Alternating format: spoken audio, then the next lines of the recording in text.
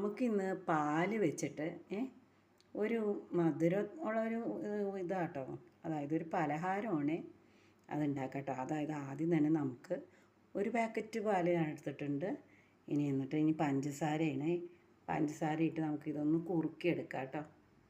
ഇനി ആ പാല് തിളപ്പിച്ചില്ലേ, ആ പാല് തിളപ്പിച്ച ശേഷം അതിൽ നിന്ന് കുറച്ച് പാലെടുത്ത് മാറ്റിയിട്ട് ഇത് വേണ്ട ഒന്ന് തണുപ്പിച്ചിട്ട് കോൺഫ്ലവർ ഇല്ലേ, കോൺഫ്ലവർ കുറച്ച് ചേർക്കാം. എന്നിട്ട് ഇതൊന്ന് കുറുക്കിയെടുക്കണം കേട്ടോ. മറ്റേ തിളപ്പിച്ച പാലിൽ നമ്മൾ ഈ ഫ്രൂട്ട് സാലഡൊക്കെ ഉണ്ടാക്കില്ലേ, കസ്റ്റാർഡ് ഉണ്ടാക്കില്ലേ ഫ്രൂട്ട് സാലഡിന്, ഇത് തന്നെ ആ മെത്തേഡ് തന്നെയാണ് ഇതേണ്ട. ഇങ്ങനെ ഈ പാലിലേക്ക് നമുക്ക് ഇത് ഒന്ന് ചേർത്ത് കുറുക്കിയെടുക്കാം കേട്ടോ. ഇതിപ്പോൾ കണ്ട നല്ല കുറുകി നല്ല സെറ്റായിട്ടുണ്ട്. നമുക്കിനി ഇത് ഒരു പുഡിംഗ് ബൗളിലേക്ക് മാറ്റാം കേട്ടോ. ഒന്നും കൂടി ഒന്ന് കുറുകിക്കോട്ടെ അല്ലേ.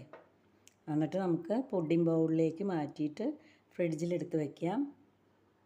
നമുക്കിനിയില്ലേ ഇത് കണ്ടാതെ പുഡിംഗ് ബൗളിലേക്ക് മാറ്റിയിട്ടുണ്ട്.